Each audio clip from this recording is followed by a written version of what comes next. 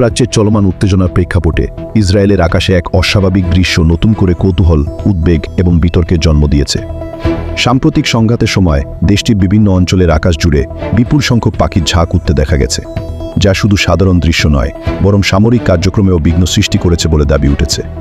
বিভিন্ন প্রতিবেদনে বলা হয়েছে, এই পাখির ঝাঁক এতটাই ঘন এবং বিস্তৃত ছিল যে তা সামরিক রাডার সিস্টেমে শত্রু বিমানের মতো সংকেত তৈরি করছিল।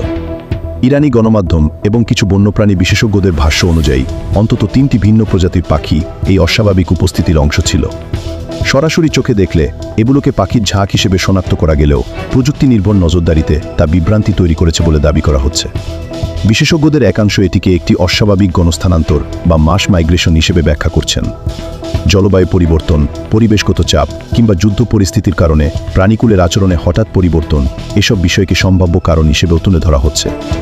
তবে এই ব্যাখ্যার পাশাপাশি সামাজিক যোগাযোগ মাধ্যমে ছড়িয়ে পড়েছে আরও ভিন্নধর্মী বিশ্লেষণ। কিছু বিশ্লেষক এই ঘটনাকে কেবল প্রাকৃতিক ঘটনা হিসেবে দেখছেন না, বরং এটিকে একটি প্রতীকী বা আধ্যাত্মিক ইঙ্গিত হিসেবে ব্যাখ্যা করছেন। বিশেষ করে ইসলামের পবিত্র কিতাব কুরআনে সূরা আল-ফিলে বর্ণিত ঘটনার সঙ্গে তুলনা তিনে বলা হচ্ছে, ইতিহাসের নির্দিষ্ট কিছু মুহূর্তে অপ্রত্যাশিত উপায়ে পরিবর্তন আসে, যা মানুষের নিয়ন্ত্রণের বাইরে। যদিও এই ধরনের ব্যাখ্যা সম্পূর্ণ বিশ্বাস ও দৃষ্টিভঙ্গির উপর নির্ভরশীল, তবুও এটি সাধারণ মানুষের মাঝে ব্যাপক আলোচনার জন্ম দিয়েছে। এদিকে তেল আবিবের আকাশে হাজার হাজার কাকের ঘুরে বেড়ানোর দৃশ্য নতুন করে আলোচনায় এসেছে। অনেকেই এটিকে অশুভ সংকেত হিসেবে দেখছেন, আবার কেউ কেউ বলছেন যুদ্ধক্ষেত্রের অস্থিতিশীলতা, শব্দ দূষণ এবং পরিবেশগত পরিবর্তনের কারণে পাখিদের আচরণে এমন পরিবর্তন